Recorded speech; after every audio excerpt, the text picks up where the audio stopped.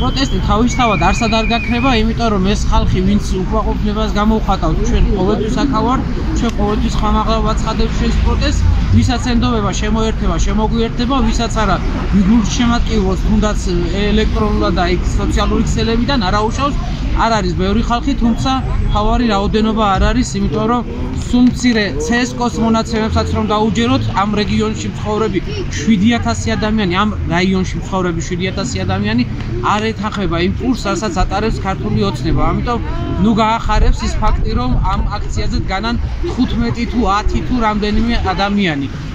ამ აქციის უკან დგას ძალიან ბევრი, სულ მცირე, მათივე თქმით 7000 ადამიანი. ასე რომ გაგრძელდება რა თქმა უნდა პროტესტი, სანამ ჩვენი მოთხოვნები არ დაკმაყოფილდება და სანამ არ მივიღებთ ისეთ არჩევნებს, როგორცაც ჩვენ ყველა ვიმსახურებთ. პირველ რიგში ვემიჩნები მეც და აქ მყოფი ადამიანებიც ევროპული კურსის ცვლილებას ქვეყანაში. ჩვენ ვიქოთ რეჟიმის წევრების განთავისუფლებას საპატიმროებიდან და ახალ არჩევნებს. რაც შეეხება ახალ წელში უწყლოდ პროტესტს, მნიშვნელობა აქვს, იმიტომ რომ мотиваცია გაუჩნდეს სხვა ადამიანს, რომ თავისი აზრი ღიად და მკაფიოდ დააფიქსიროს.